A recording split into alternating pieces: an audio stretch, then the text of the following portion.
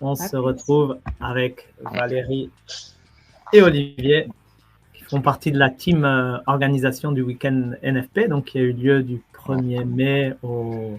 Le premier, c'était un jeudi, donc vendredi, on compte des jours jusqu'au dimanche. Et donc, il a réuni divers militants du nouveau Front populaire de la Circo. Et peut-être d'abord pour commencer, revoir un peu la genèse, non? D'où ça vient cette idée de se retrouver en présentiel. Et voilà, peut-être Olivier, si tu nous peux parler de l'origine, disons, de cette initiative. Alors l'idée voilà de ce qu'on appelle la grande rencontre NFP de la Circo 7, c'est vraiment que pour que tous les militants et militantes du NFP, donc qu'ils soient dans des partis ou non quoi, puissent se retrouver vraiment en présentiel, en physique, pour voilà, parce qu'on passe énormément de temps derrière nos écrans aussi à discuter entre nous, et donc pour avoir un événement comme ça beaucoup plus convivial où on peut vraiment être ensemble, et on peut apprendre plein de choses ensemble, et puis voilà, sur des sujets comme le climat, la justice sociale, les inégalités, on en reparlera, et apprendre à se connaître aussi nous-mêmes, voilà, parce que ça facilite énormément le débat quand on se connaît plus personnellement. C'est vrai que c'est toujours plus facile quand on se connaît en vrai plutôt qu'en vidéo. Même si aujourd'hui, avec la technologie, on a presque l'impression de se connaître en vrai, mais bon, ça change quand même. Et du coup, c'était un programme très, très, très complet, très varié. Est-ce que vous pouvez un peu nous le décrire dans les différents points, Valérie? Ouais, avec plaisir.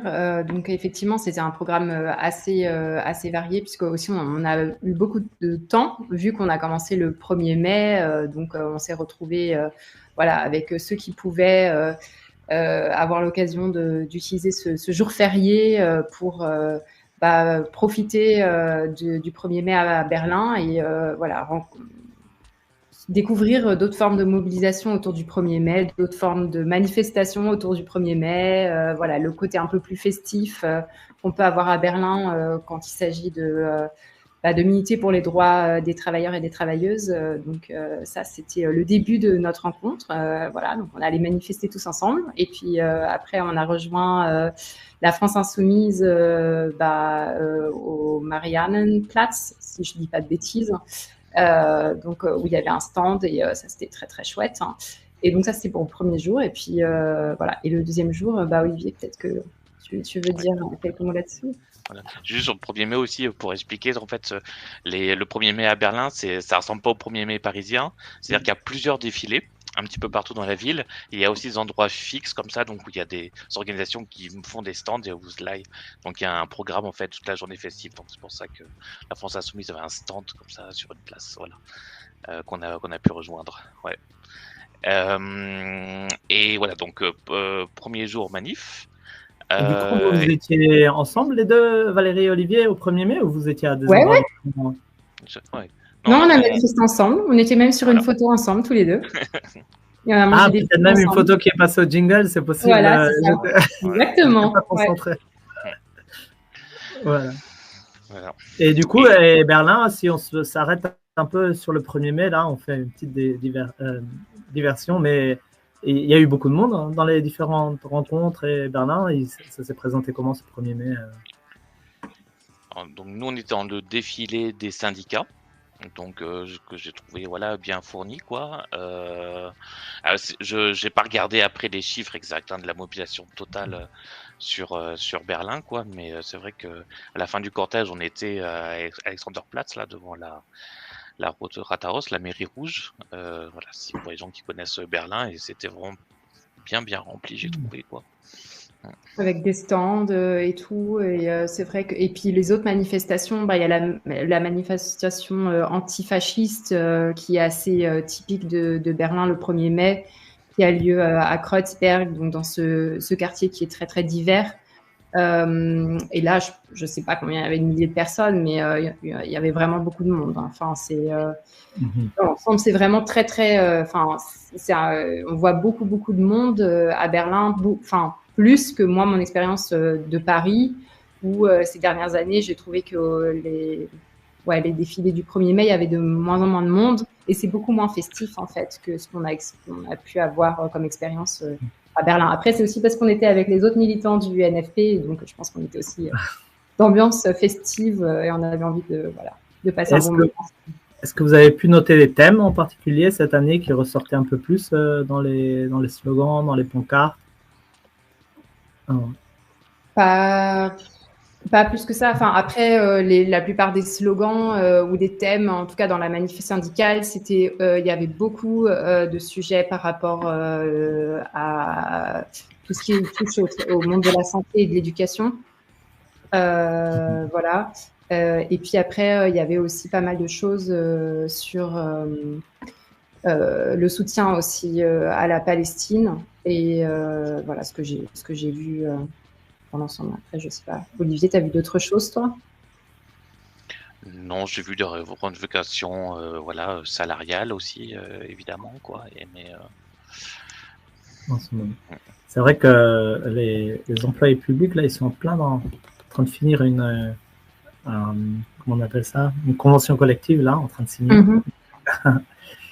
Et du coup, si on continue notre programme, c'était pour le premier jour, donc un peu de sport pour commencer, pour se connaître. Tout à fait, voilà. Et voilà, donc le deuxième jour, donc on a commencé véritablement donc les ateliers qu'on avait prévus, l'atelier conférence. Et donc le matin, le thème c'était vraiment le climat. Donc là, on s'est scindé en deux groupes. Donc il y avait un groupe qui a assisté en fait à une conférence un petit peu interactive, et comme une conférence qui en fait présente et vulgarise le rapport du GIEC, les derniers résultats du rapport du GIEC. Donc ça, c'était organisé par un conférencier très sympathique, Vincent Julia, qui milite au sein d'une association qui justement propose de présenter, vulgariser les rapports du GIEC, qui s'appelle Avenir climatique. Voilà. Pour comprendre vraiment les enjeux les enjeux du climat, vraiment comprendre l'importance de l'énergie dedans et l'importance de la sobriété aussi dont on a besoin, c'est-à-dire qu'il ne suffit pas de penser qu'il suffit de remplacer en fait par des énergies ou des technologies plus propres aussi. Il est vraiment vital de travailler sur la sobriété, de consommer moins, que ce soit en énergie ou de production de manière générale, quoi.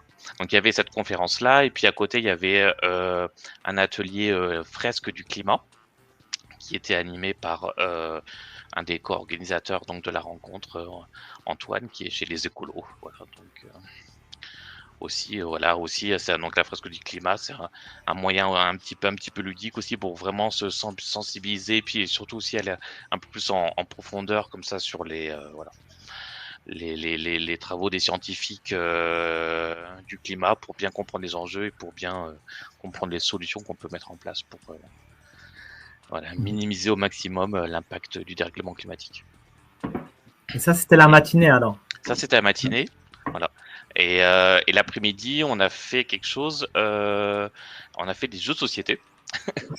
Mais des jeux de société un petit peu spéciaux, des jeux de société un petit peu de gauche. Je crois qu'on voit dans le jingle, on voit Capital. Voilà. Donc il y a un jeu qui s'appelle Capital, qui travaille un peu sur les inégalités, où en gros c'est un genre de jeu de loi, mais tout le monde n'a pas un peu les mêmes chances. Et il y a un jeu qui s'appelle Antifa, qui est un jeu sur le militantisme, comment organiser sa manif et tout.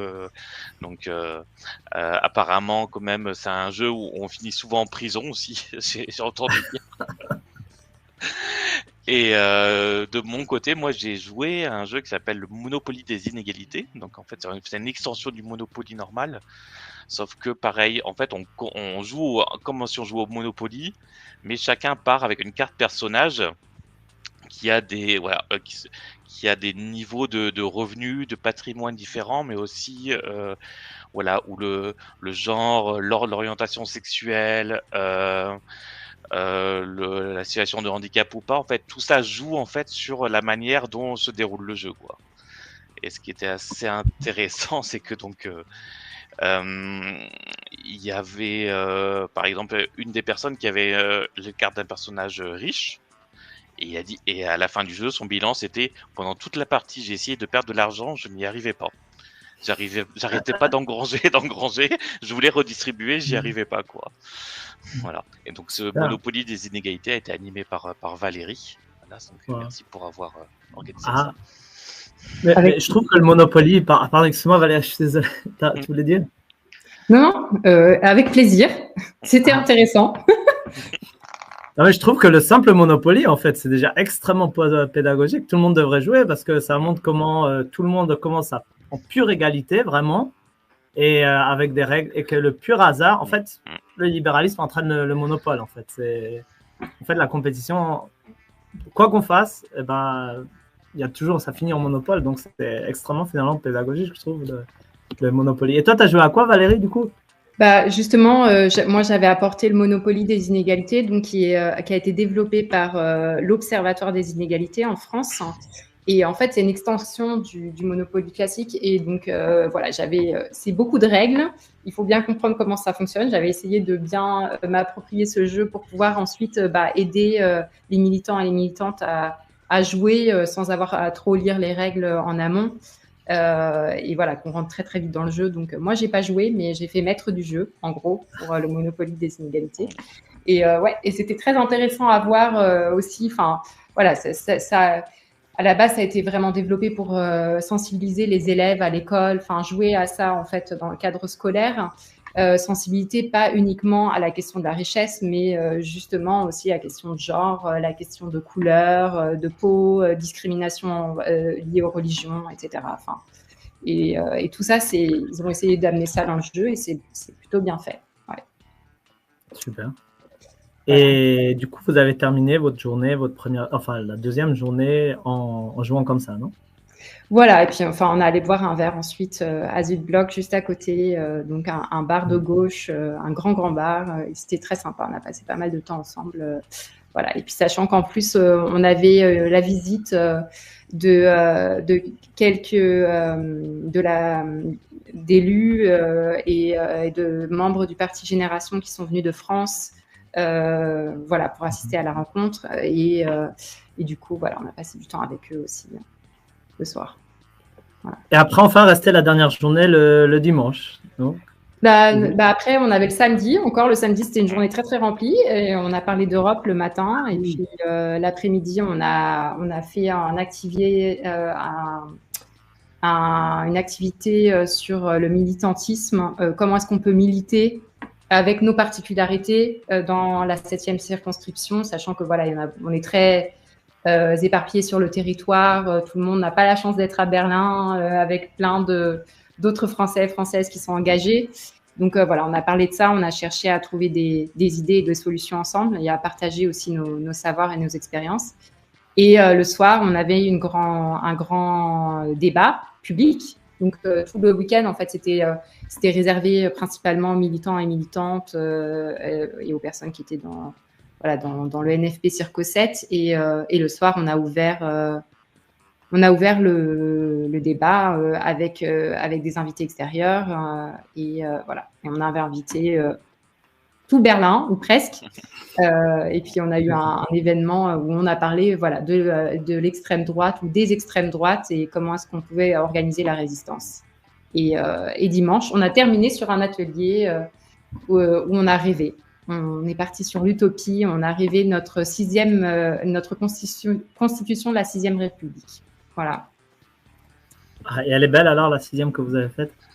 Ouais, je pense que ça nous a fait du bien parce que on a pu rêver et puis on a pu rêver d'abroger la propriété privée, par exemple, ce genre de choses.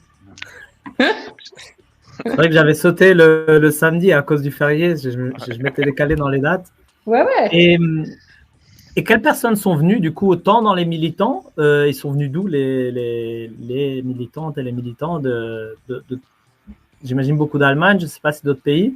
Et après, les gens qui sont venus le samedi soir aussi, c'était quoi comme public plutôt? Alors, je sais, pour les militants, c'était principalement des militants qui venaient d'Allemagne. Après, on en a eu quand même qui sont venus de Pologne. On a même eu un militant qui est venu du Kenya. C'est Qui pas la était basé en Circo-7. Allemagne avant, parce que c'est Mais ancien. voilà, c'est ça. Mais bon, comme il était basé en Allemagne avant et puis qu'il venait pour le travail à Berlin, voilà, ça s'est bien goupillé. Ouais. Et sur les intervenants, ouais. Donc, comme tu as dit, il y a eu des élus de génération qui sont venus de Paris. Pour le grand débat, on avait un des grands spécialistes français du nazisme qui est là, donc le directeur de recherche au CNRS, Christian Ingrao.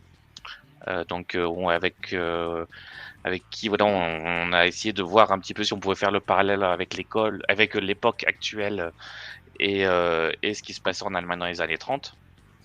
Donc, des sujets parfois un petit peu lourds, donc c'est pour ça qu'après l'atelier sur la nouvelle constitution a fait du bien aussi, je pense. On avait Asma Ramraoui Claquin, donc qui était la candidate NFP là, des deux dernières élections législatives. On avait donc des élus de génération qui sont venus aussi pour ce débat sur la lutte contre l'extrême droite. William Leguet et puis et là, et on peut rappeler que la vidéo de ce débat est sur la page YouTube du NFP7FE ou du NFP7, selon comment on dit. Donc on peut la voir en entier, en fait, pratiquement ce débat du soir. Et peut-être pour une dernière question pour finir, qu'est-ce que vous en tirez comme bilan et comme conclusion, non? Qu'est-ce que vous avez appris ou comment vous en êtes ressorti de ce week-end? Qui veut commencer? J'ai commencé. Ça fait énormément de bien. Ça fait énormément de bien. Moi, il y a beaucoup de gens aussi que je voyais pour la première fois en vrai, que jusqu'ici j'avais vu seulement en ligne, donc ça faisait très bien aussi de rencontrer des gens en vrai. Et puis voilà, c'est vraiment régénérateur comme ça, là où au niveau national les choses flanchent un petit peu, et voilà de nous voir aussi comme ça ensemble, tous motivés, avec beaucoup de choses en commun qu'on a dans les différentes sensibilités de gauche pour avancer ensemble et puis enfin essayer d'arriver à installer une nouvelle politique. Donc bilan très très positif pour moi, et puis j'ai appris beaucoup de choses aussi très intéressantes aussi dans ces ateliers, donc c'est pas que du ludique et que du convivial non plus. Ouais. Valérie, c'était chouette, le ludique et le convivial, et c'est vrai que, je pense, moi je suis située à Bonn, il n'y a pas un groupe local NFP encore hyper actif ou hyper constitué ici, donc du coup il n'y a pas tellement de personnes avec qui échanger en fait sur ce qui se passe actuellement politiquement, donc c'était chouette en fait de se retrouver avec d'autres militants et militantes de gauche. Quel que soit le parti auquel ils appartiennent, au final de se rendre compte que on partage les mêmes valeurs. On n'est peut-être pas toujours d'accord sur les méthodes à employer ou sur le chemin à aller, mais au final, ce qui nous rapproche, c'est les valeurs et le souhait et l'utopie d'une société plus juste, plus égalitaire. Et du coup, ça, c'était vraiment chouette. Et sinon, c'est beaucoup de travail. Donc, clairement, mieux vaut être plusieurs à organiser. Et nous, on avait un bon groupe de 6 personnes. Donc, pour la prochaine fois, on a plein d'informations aussi à passer. Génial.